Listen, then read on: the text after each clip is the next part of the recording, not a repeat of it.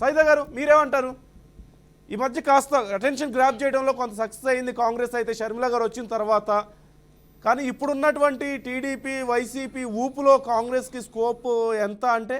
నమస్కారం నందు గారు. నమస్తే. మీకు ప్యానల్ ఉన్నటువంటి పెద్దలు అన్నా శ్రీనివాస్ చౌదరి గారు, అలాగే వైసీపీ నాయకులు రమేష్ కుమార్ గారు, అలాగే బీఆర్కే న్యూస్ వీక్షకులందరికీ కూడా శుభోదయం, నమస్కారం. ఈరోజు వైసీపీ నాయకులు కానివ్వండి, టీడీపీ నాయకులు కానివ్వండి, టీడీపీ వాళ్ళేమో సమరానికి సై అంటున్నారు, వీళ్ళేమో 60% ప్రజలు మా అంటే ఉన్నారని చెప్పి వీళ్ళు దెబ్బలు తెచ్చుకుంది. ఈరోజు వాస్తవ పరిస్థితుల్లో గ్రౌండ్ లెవెల్లో ఏం జరుగుతున్నాయో రెండు పార్టీలు కూడా వాస్తవాలు తెలుసు.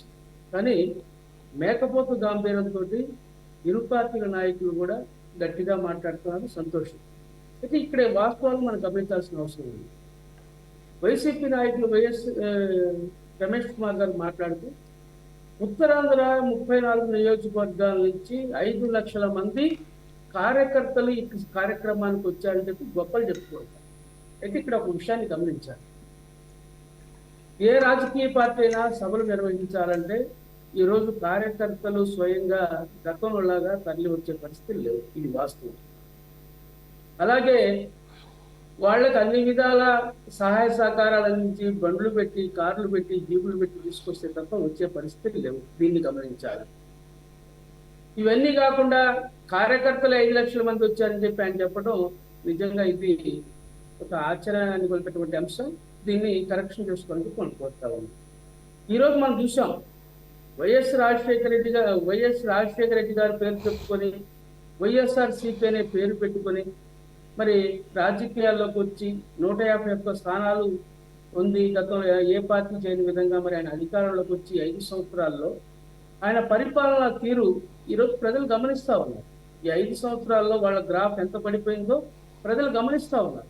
నిజంగా రమేష్ కుమార్ గారు చెప్పినట్లుగా వాస్తవంగా ఇది ఒక ప్రజల రాజ్యం అయితే, ఇది రాజన్న రాజ్యం అయితే ఈరోజు ప్రజలు ఎందుకు తిరుగుబాటు చేస్తూ ఉన్నారు, ఈరోజు రోడ్లెక్కి ఆందోళన ఎందుకు చేస్తూ ఉన్నారు, దీనికి సమాధానం చెప్పాల్సినటువంటి అవసరం వైసీపీ నాయకులకు ఉందని చెప్పి ఈ సందర్భంగా తెలియజేస్తా ఉన్నాం.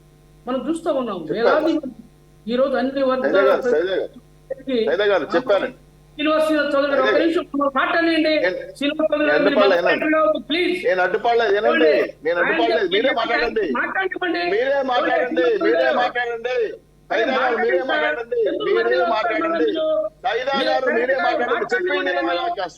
అరే నేను చెప్పేది ఇందాక నేను చెప్పేది మీకేనండి, నేను చెప్పేది మీకే.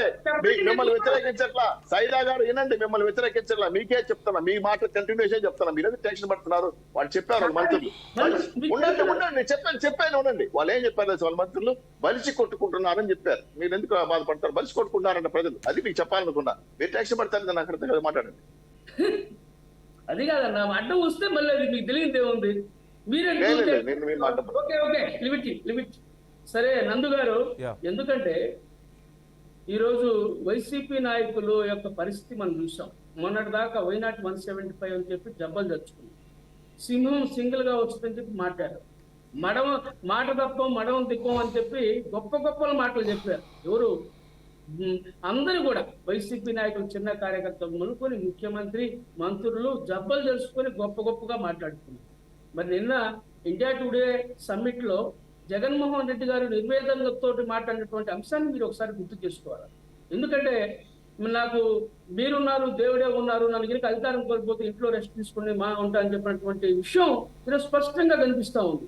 ఒక నాయకుడు, ఒక రాష్ట్రానికి ముఖ్యమంత్రిగా పరిపాలన చేస్తున్న నాయకుడు అంత నిర్వేదంలో మాట్లాడాడంటే ఈరోజు వైసీపీ కార్యకర్తలు ఆలోచించుకోవాలా, వాళ్ళ నాయకుడు గ్రాఫ్ ఏ విధంగా పడిపోతుందో ఆలోచించుకోవాలా. ఈరోజు కాంగ్రెస్ పార్టీ ఈరోజు మొన్నటిదాకా మాట్లాడేది కాంగ్రెస్కి ఏముంది, గ్రాఫ్ ఏముంది, కాంగ్రెస్కి అసలు ఓట్లు ఉన్నాయా, కార్యకర్తలు ఉన్నాయా, వాళ్ళ శాతం ఎంత, 100 కంటే తక్కువ, చచ్చిపోయిన పార్టీ అని చెప్పి పెద్ద మాటలు మాట్లాడినటువంటి నాయకులు ఈరోజు కాంగ్రెస్ గురించి కూడా కామెంట్ చేస్తూ ఉన్నారు. షర్మిలమ్మ రాకతోటి షర్మిలమ్మని వ్యక్తిగతంగా టార్గెట్ చేసి మాట్లాడుతుంది. మొన్నటిదాకా జగన్ అన్నకి సపోర్ట్ చేసినటువంటి షర్మిలమ్మని ఆ రోజు నెత్తిన పెట్టుకొని మా షర్మిలమ్మ అని చెప్పి భజన చేసినటువంటి ఈ భజన బృందం, జగన్ భజన బృందం ఈ రోజు షర్మిలమ్మని షర్మిలమ్మ శాస్త్రి అని చెప్పి మాట్లాడుతూ ఉన్నారు. షర్మిలమ్మ శాస్త్రి అని మాట్లాడుతున్నారు. ఇంటి పేరు వైఎస్ కాదు మొసంపల్లి అని చెప్పి మాట్లాడుతూ ఉన్నారు. ఆమెని వ్యక్తిగతంగా ఒక ఆడబిడ్డ ఆంధ్రాకి సంబంధించినటువంటి ఆడబిడ్డ రాజకీయాల్లోకి వచ్చి ఒక పార్టీకి నాయకత్వం వహిస్తే జీర్ణించుకోలేనటువంటి ఇలాంటి దుర్మార్గులు ఆమెను వ్యక్తిగతంగా టార్గెట్ చేయడం ఇది క్షమించడానికి నేరం అని చెప్పి నేను తెలియజేస్తాను. ఒక విషయం నందుతారు ఇక్కడ వైఎస్ఆర్ ఎవరు? వైఎస్ రాజశేఖర రెడ్డి గారు మా పార్టీ నాయకుడు, దివంగత మాజీ ముఖ్యమంత్రి.